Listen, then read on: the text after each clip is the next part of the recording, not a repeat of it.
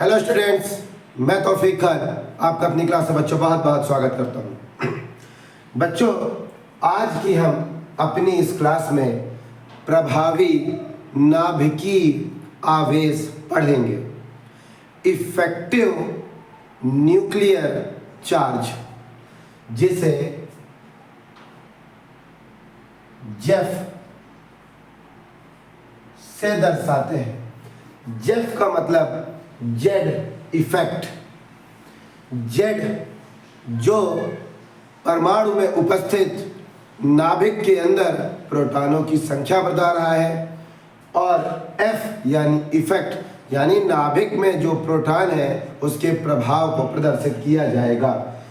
तो सबसे पहले प्रभावी नाभिकीय आवेश को यदि समझना है तो सबसे पहले आप एक नाभिक बनाइए। ये है हमारा नाभिक। नाभिक के बाहर वृत्तीय कक्षाएं हैं, और इन वृत्तीय कक्षाओं में क्या होते हैं? इलेक्ट्रॉन होते हैं। इन वृत्तीय कक्षाओं में इलेक्ट्रॉन होते हैं। बच्चों, क्या है प्रभावी नाभिकीय आवेश? देखिए, मैं आपको बताता हूं। किसी परमाणु का जो नाभिक है, नाभिक में या नाभिक का जो आकर्षण है वो बाह्यतम कोश के इलेक्ट्रॉन पर जो लग रहा है, ठीक है। परमाणु के नाभिक का जो भी आकर्षण है वो आकर्षण यदि बाह्यतम कोश यानी अंतिम कोश में पाए जाने वाले इलेक्ट्रॉनों पर लग रहा है, उसे ही प्रभावी नाभिकीय आवेश कहते हैं। सुन लीजिए, पहले किसी परमाणु के नाभिक का आकर्षण बाह्यतम कोश के इलेक्ट्रॉनों में जो भी होगा उसे हम प्रभावी नाभिकीय आवेश कहते हैं। अगर मैं सरल भाषा में कह दूं तो सरल भाषा में यही होगा, बाह्यतम कोश के इलेक्ट्रॉन पर नाभिक के द्वारा जो भी आकर्षण लगाया जाता है उसी आकर्षण को प्रभावी नाभिकीय आवेश कहते हैं। इस संरचना में सबसे बाहरी कोश ये भी है, और भी हो सकते हैं। आपको पता है कोषों की संख्या जो है वो अनंत है, और भी ऐसे कोष हो सकते हैं, परंतु अभी फिलहाल हमने सिर्फ 2 ही कोष बना रखे हैं। अब बच्चों, बात ये आती है, क्या नाभिक अपना आकर्षण जो इस कोष में रख रहा है, क्या वो इस कोष के इलेक्ट्रॉनों पर भी उतना रख रहा है? तो उतना नहीं रखता। क्यों बच्चों? क्योंकि बाह्यतम कोष के जो भी इलेक्ट्रॉन होते हैं, तो बाह्यतम कोष के ठीक बाद आंतरिक कोष होता है। आंतरिक कोष के इलेक्ट्रॉनों पर ऋण का आवेश होता है, जो बाह्यतम कोष में पाए जाने वाले इलेक्ट्रॉनों को अपने से प्रतिकर्षित करते हैं, अपने से दूर करते हैं, जिससे एटम का, परमाणु का साइज जो है वो बड़ा होता है। दूसरी सबसे बड़ी बात यह है, नाभिक जो बाहरी कोष में आकर्षण लगाना चाह रहा है, उस आकर्षण को आंतरिक कोष के इलेक्ट्रॉन जो है वो कम करते हैं। आपको पता ही है, यहाँ पे बहुत इलेक्ट्रॉन हो सकते हैं। अब वो जो इलेक्ट्रॉन है वो इलेक्ट्रॉन इस नाभिक के प्रभाव को या नाभिक के आकर्षण के प्रभाव को कम करेगा, ताकि आगे उसका प्रभाव उतना न हो। तो फिर से सुने, बाहरी कोष के इलेक्ट्रॉनों को आंतरिक कोष के इलेक्ट्रॉन प्रतिकर्षित करते हैं तथा आंतरिक कोष के इलेक्ट्रॉन नाभिक के आवेश को बाहरी कोष के लिए कम करते हैं। इसे परिरक्षण प्रभाव या शील्डिंग इफेक्ट कहते हैं। तो फाइनली एक बार हम लोग प्रभावी नाभिकीय आवेश की डेफिनेशन देखते हैं। किसी परमाणु के नाभिक के द्वारा बाह्यतम कोष के इलेक्ट्रॉनों पर जो भी आकर्षण रखा जाता है उसी आकर्षण को प्रभावी नाभिकीय आवेश कहा जाता है, तथा बाह्यतम कोष के जो इलेक्ट्रॉन है वो बाह्यतम कोष के इलेक्ट्रॉन आंतरिक कोष के इलेक्ट्रॉनों से प्रतिकर्षित होते हैं और दूर होते हैं, जिससे परमाणु का साइज बड़ा होता है, परमाणु का आकार बड़ा होता है, एवं आंतरिक कोष के इलेक्ट्रॉन नाभिक के आवेश को बाहरी कोष के इलेक्ट्रॉनों पर उतना लगने नहीं देते, जिसे ही परिरक्षण प्रभाव कहते हैं। ठीक है बच्चों। बच्चों मैं एक बात आपको बताऊं, याद रखेंगे आप, ये याद रखिएगा, जो नाभिकीय आवेश है वो सदैव अधिक ही होता है तथा प्रभावी नाभिकीय आवेश जो है वो सदैव कम ही होगा। अर्थात भाई मैंने आपको बताया नाभिकीय आवेश का मतलब नाभिक का आवेश, तो नाभिक का आवेश बाहरी कोश में उतना लग नहीं पा रहा है, यानी कम हो जा रहा है। तो बाहरी कोश में जो आकर्षण लगता है उसी को ही तो प्रभावी नाभिकीय आवेश कहते हैं। तो बाह्यतम कोश के इलेक्ट्रॉनों पर आकर्षण कम लगता है, अर्थात प्रभावी नाभिकीय आवेश कम होता है, और नाभिक का जो आवेश होता है वो अधिक होता है। ये चीज़ आप याद रखिएगा, इससे बाद में हम लोग पूरी तरीके से सिद्ध करेंगे। याद रखिएगा, नाभिकीय आवेश की वैल्यू अधिक होती है, प्रभावी नाभिकीय आवेश की वैल्यू कम होती है। ये चीज़ आप याद रखिएगा। एक बार और डेफिनेशन देख लीजिए, परमाणु के नाभिक के द्वारा बाह्यतम कोश पर या बाह्यतम कोश के इलेक्ट्रॉनों पर जो भी आकर्षण रखते हैं उसी आकर्षण को प्रभावी नाभिकीय आवेश कहते हैं, जिसे जेड इफेक्ट से प्रदर्शित किया जाता है, जिसे जेड इफेक्ट से प्रदर्शित किया जाता है। बाह्यतम कोश के इलेक्ट्रॉन आंतरिक कोश के इलेक्ट्रॉनों से प्रतिकर्षित होते हैं, दूर होते हैं, जैसे परमाणु का आकार बड़ा होता है, एवं साथ ही साथ आंतरिक कोश के इलेक्ट्रॉन नाभिक के आवेश को बाह्यतम कोश में कम लगने देते हैं। इसी को परिरक्षण प्रभाव कहा जाता है। एवं नाभिकीय आवेश से प्रभावी नाभिकीय आवेश का मान सदैव कम होता है। नाभिकीय आवेश से प्रभावी नाभिकीय आवेश का मान सदैव कम होता है। ये चीज़ आप याद रखिएगा। फिर से बोल रहा हूँ, ये पॉइंट उसमें आप लिखिएगा। प्रभावी नाभिकीय आवेश की जो वैल्यू है वो वैल्यू नाभिकीय आवेश से कम होती है, या यूँ कह दीजिए नाभिकीय आवेश का जो मान है प्रभावी नाभिकीय आवेश से ज़्यादा होता है। ठीक है, तो चलिए अब बच्चों जेड इफेक्ट कैसे निकाला जाएगा, किस तरह निकाला जाएगा, उसे निकालने के लिए एक वैज्ञानिक थे जिसका नाम था स्लेटर। बच्चों स्लेटर नामक वैज्ञानिक ने प्रभावी नाभिकीय आवेश की गणना करने के लिए एक तरीका, एक नियम दिया। तो बच्चों सबसे पहले जेफ निकालने का मैं एक फार्मूला आपको दिखाता हूं। जेफ जेड इफेक्ट बराबर होता है जेड माइनस सिग्मा के, जहां पर जेफ बराबर प्रभावी नाभिकीय आवेश, जहां जेड बराबर प्रोटॉनों की संख्या, और प्रोटॉन उतने ही होंगे जितना कि उस परमाणु का क्रमांक होगा, तथा सिग्मा इलेक्ट्रॉन के बीच का रिपल्सन है, प्रतिकर्षण है। ठीक है, अभी बारी बारी से एक चीज देखेंगे, बिल्कुल क्लियर होने वाली है। सबसे पहले स्लेटर का नियम देखिए। इन्होंने कहा परमाणु का इलेक्ट्रॉनिक विन्यास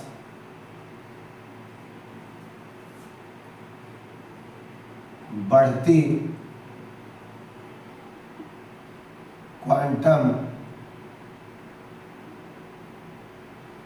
क्वांटम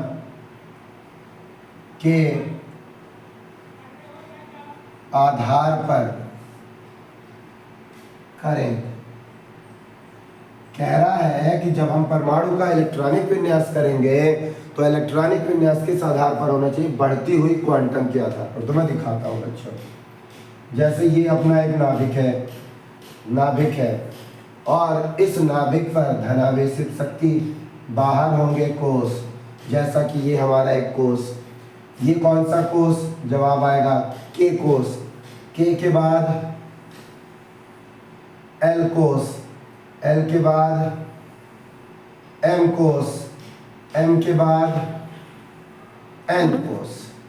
याद रखें के जो है के, ये के एल एम एन, आगे भी होते हैं ओ पी क्यू। के कोष के अंदर एक उपकोष होता है जिसे एस उपकोष कहते हैं। एल के अंदर एस और पी उपकोष होते हैं। एम के अंदर एस पी डी उपकोष होते हैं। एन के अंदर एस पी डी एफ उपकोष होते हैं। ठीक है बच्चों, तो देखिए के अंदर के की न्यूमेरिक वैल्यू कितनी है 1, एल की 2, इसकी 3, इसकी 4। तो बच्चों हम इस 1 का मल्टीप्लाई यदि इसमें करें तो ये है 1s, इस 2 का मल्टीप्लाई इसमें करें तो आप इसे लिख सकते हैं 2s 2p। ठीक है, आप समझ जाइएगा ये है क्या 2s और ये 2p। मैं इसे डार्क कर दे रहा हूँ, ये समझ लीजिए नहीं है 2s 2p। अब तीसरे नंबर कोस यानी m की बात कर रहा है। m में आप कैसे लिखेंगे 3s 3p 3d, फिर 4 के लिए 4s 4p 4d 4f। बढ़ती क्वांटम का मतलब होता है कोस की बात कर रहा है, कोस की बात कर रहा है। हम जितना नाभिक से दूर होंगे हमारी उतनी क्वांटम बढ़ते क्रम में होगी। तो ये कह रहा है कि पहले इस क्वांटम का डिटेल लिखें, फिर इस क्वांटम का, फिर इस क्वांटम का, फिर इस क्वांटम का। तो देखिए पहले के लिए जैसे 1s, फिर दूसरे के लिए 2s 2p 3s 3p 3d 4s, इस प्रकार आपको लिखना है। समझ पा रहे बच्चों, इस प्रकार आपको लिखना है, फिर आगे भी आप उस प्रकार लिखते रहेंगे। ये लीजिए, ठीक है। तो बच्चों ये तो हो गया हमारा बढ़ते हुए क्वांटम के आधार पर कैसे आपको लिखना है आप लिखेंगे। लेकिन एक चीज और दिखाऊंगा आपको। आप एक जैसे कि मान लीजिए मैं यहाँ नीचे लिखता हूँ, हमारे पास एक परमाणु क्रमांक है बेटा जिंक का परमाणु क्रमांक 30। इसका इलेक्ट्रॉनिक विन्यास आप बाहु के आधार पर 1s2 2s2 2p6 3s2 3p6 4s2 3d10, ये चीज़ है। तो ये जो इलेक्ट्रॉनिक विन्यास लिखा है ये बढ़ती हुई ऊर्जा स्तर के आधार पर लिखा है। तो इलेक्ट्रॉन जो है हमारा 3p तक तो जाता है, लेकिन 3d में ना जाकर पहले इलेक्ट्रॉन कूद के 4s में चला जाता है, तो फिर उसके बाद 3d में जाता है। तो ये इलेक्ट्रॉनिक विन्यास बढ़ती हुई ऊर्जा के आधार पर आप लिख रहे हैं। तो बढ़ती हुई ऊर्जा नहीं चाहिए आपको, बढ़ती क्वांटम के आधार पर चाहिए। तो अगर इसे बढ़ती हुई क्वांटम के आधार पर लिखेंगे तो ये कैसा हो जाएगा 3d10 यहाँ आ जाएगा, 4s बाद में हो जाएगा, कुछ इस प्रकार 3d10 ये 4s2 ये कुछ इस प्रकार। समझ में आई बात बच्चों।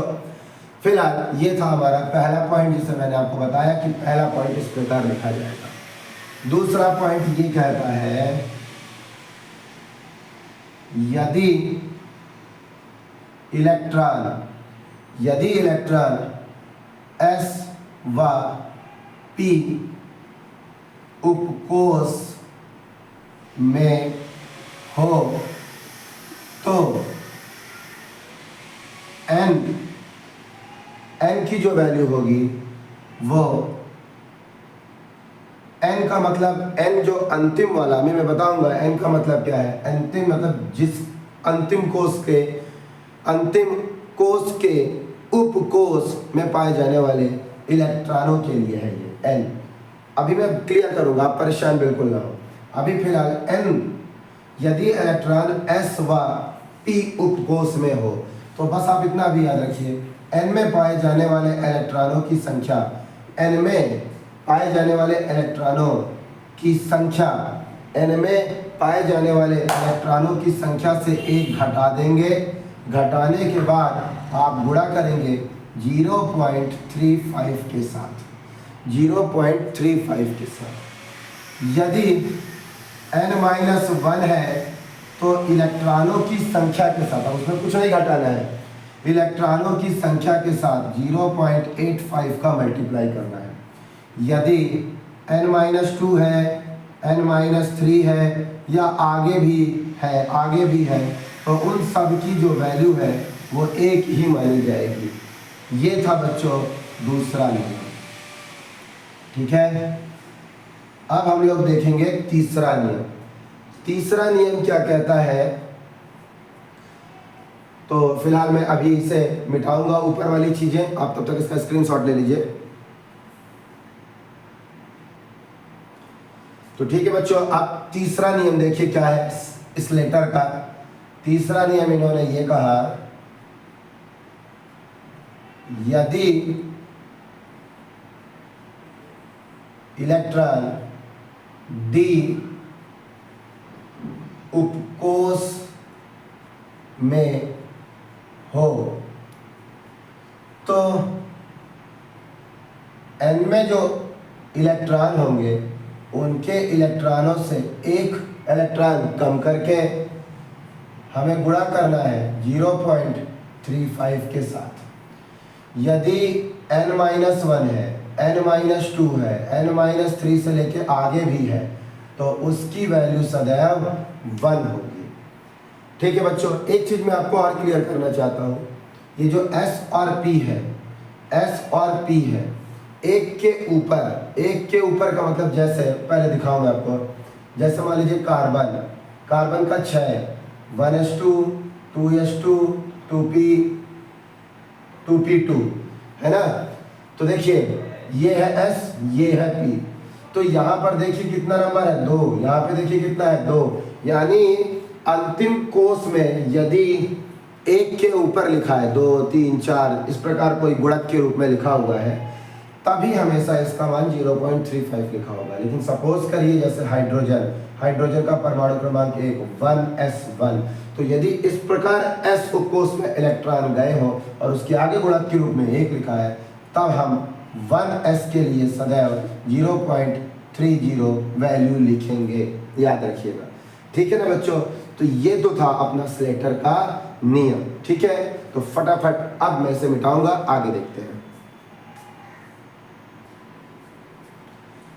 तो देखिए बच्चों, हमने लिख दिया बढ़ती क्वांटम संख्या का क्रम, पेयर बना दिए हैं। ठीक है, इस प्रकार आपको पेयर के रूप में रखना होगा। दूसरी बात, अगर इलेक्ट्रॉन s व p में है तो ये जो मान मैंने पीछे लिखवाए वो लिख दिए। यदि इलेक्ट्रॉन d में है तो उनकी वैल्यू मैंने लिख दी।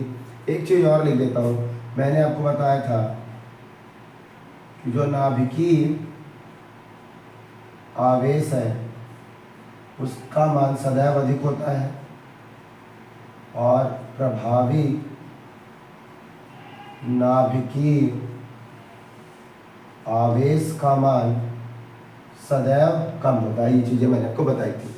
तो चलिए बिना देरी किए हुए अब हम समझते हैं कैसे हमको निकालना है। फार्मूला आपको मैंने पहले भी बता दिया था, जेफ बराबर जेड माइनस सिग्मा।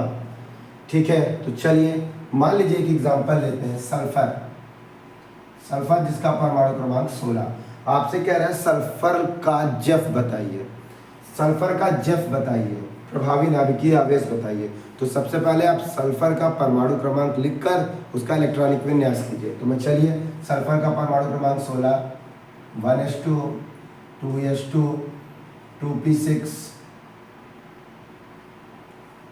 2p6 फिर 3s2 3p4। देख लीजिए 16 हो गए, ये हो गए आपके 6 2 8 8 2 10 और ये 16।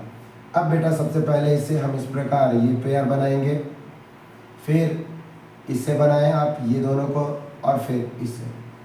बेटा जो अंतिम वाला होगा उसे ही कहते हैं n, अंतिम वाला पेयर वो n, उसके बाद वाले को कहेंगे n-1, उसके बाद वाले को कहेंगे n-2, इस प्रकार। अब आपको देखना है कि इलेक्ट्रॉन हमारा किस में है, तो s और p में है, तो ये तरीका इस्तेमाल करें। तो क्या लिखेंगे आप, सबसे पहले अब जो आप वैल्यू निकाल रहे हैं ना वो सिग्मा की वैल्यू निकाल रहे हैं, इलेक्ट्रॉन के बीच का प्रतिकर्षण निकाल रहे हैं। तो कैसे निकालेंगे, देखिए n बराबर, n में कुल इलेक्ट्रॉन कितने हैं 4 2 6 इलेक्ट्रॉन में एक कम कर दीजिए तो कितना हो जाएगा 5। नहीं तो बेटा एक कम क्यों किया जा रहा है, जौन सा इलेक्ट्रॉन आप कम कर रहे हैं, एक इलेक्ट्रॉन कम कर रहे हैं, उसी का जेफ ज्ञात होगा, उसी का आप जेफ निकाल रहे हैं। ठीक है, अब आगे मल्टीप्लाई करना है आपको किसके साथ, 0.35 के साथ। n-1 में कुल इलेक्ट्रॉन कितने हैं, n-1 में कुल इलेक्ट्रॉन है 8, गुणा किसके साथ करेंगे 0.85 के साथ। फिर n-2 में कितने इलेक्ट्रॉन है 2 और गुणा करेंगे किसके साथ 1 के साथ। इन सभी का आप मल्टीप्लाई कर लीजिए। मल्टीप्लाई करने के बाद इसे आप जोड़ दीजिए। इसका इसके साथ मल्टीप्लाई करेंगे तो आएगा 1.75 और इसका इसके साथ मल्टीप्लाई करेंगे तो आएगा 6.8 और इसका इसके साथ मल्टीप्लाई होगा तो आएगा 1। अब बेटा इन सभी को आपको आपस में जोड़ देना है। जोड़ने के बाद आएगा 9.55। ये काहे का मान आपने निकाला है? ये सिग्मा की वैल्यू निकाली, इलेक्ट्रॉन इलेक्ट्रॉन के बीच का प्रतिकर्षण निकाला है। किस तरह फार्मूला अप्लाई करेंगे? जेफ बराबर जेड प्रोटॉनों की संख्या। सल्फर में प्रोटॉन कितने हैं? 16। जितना क्रमांक होता है उतना ही प्रोटॉन होता है। 16 माइनस सिग्मा 9.55, इसको घटा दीजिए 6.45 आ गया। तो जो 6.45 जेफ की वैल्यू आई है, तो मैंने बताया था जेफ प्रभावी नाभिकीय आवेश सदैव कम होता है, तो ये है 6.45 और नाभिकीय आवेश यानी नाभिक का आवेश किससे बनता है? प्रोटॉनों से। तो प्रोटॉन का आवेश कितना है? 16। तो देखिए इससे इसका मान, इससे इसका मान कम है। यही चीज़ें पहले बताई थी। तो देखिए आपने सल्फर का बेटा जेफ निकाल लिया, ठीक है। चलिए एक और एग्जाम्पल करके देखते हैं। जैसे मान लीजिए आपको जिंक का निकालना है। जिंक का परमाणु क्रमांक 30, इलेक्ट्रॉनिक विन्यास 1s2 2s2 2p6 3s2 3p6 4s2 3d10, लेकिन क्वांटम के आधार पर, बढ़ती क्वांटम के आधार पर लिखना है तो 3d10 4s2। अगर वो आपसे पूछता है कि इस जिंक में आप 3d में पाए जाने वाले इलेक्ट्रॉनों का प्रभावी नाभिकीय आवेश निकालिए, तो फिर आपको यहीं तक प्रयोग में लेना होगा और इसके बाद जितने भी उपकोष लिखे होंगे उनमें पाए जाने वाले इलेक्ट्रॉनों के लिए आप कुछ भी प्रयोग नहीं करेंगे, किसी से कोई गुणा नहीं करेंगे, उस वैल्यू को छोड़ देंगे। इस प्रकार आप करें तो बेटा ये जो हमारा 3d है ये बन गया हमारा n, ये बन गया हमारा n-1, ये बन गया हमारा n-2, ये बन गया हमारा n-3, ठीक है। तो अब कैसे लिखना है आपको? सबसे पहले n लिखना है। n में कुल इलेक्ट्रॉन कितने? 10 में आपको एक इलेक्ट्रॉन घटाना होगा जिसका जेफ निकलेगा, तो ये हो गया आपका 9 गुणित 0.35 हो गया। इसके बाद फिर अब क्या है? n-1 में कुल इलेक्ट्रॉन 6 2 8 n-1 या उससे अधिक में किसका? 1। फिर n-2 में कितने इलेक्ट्रॉन? 6 2 8, इस पर भी मल्टीप्लाई होगा 1 का। फिर n-3, इसमें कुल इलेक्ट्रॉन कितने? 2, गुणा किसके साथ होगा? 1 के साथ, ठीक है। अब आप इसे सॉल्व करेंगे तो आएगा बेटा ये 9.15। फिर इसके बाद इसका इससे मल्टीप्लाई करेंगे तो आएगा 8, इसका इससे मल्टीप्लाई करेंगे तो 8, इसका इससे मल्टीप्लाई करेंगे तो 8। इन सभी वैल्यू को यदि आप जोड़ दें तो आएगा 21.15, इतना है। ये काहे की वैल्यू है आपकी? सिग्मा, इलेक्ट्रॉन इलेक्ट्रॉन प्रतिकर्षण की वैल्यू आपने निकाल ली। अब जेफ निकालना है आपको, तो जेफ बराबर जेड माइनस सिग्मा। जेड कितना है आपका? जितना इसका क्रमांक है। क्रमांक कितना है इसका? 30, यानी जेड जितना क्रमांक उतना ही प्रोटॉन। तो प्रोटॉन कितना? 30, यानी यहाँ पे नाभिकीय आवेश कितना? 30। सिग्मा कितना? 21.15। इनको घटाएंगे तो आएगा 8.85। ये आ गई बेटा जेफ की वैल्यू। काहे की वैल्यू आ गई?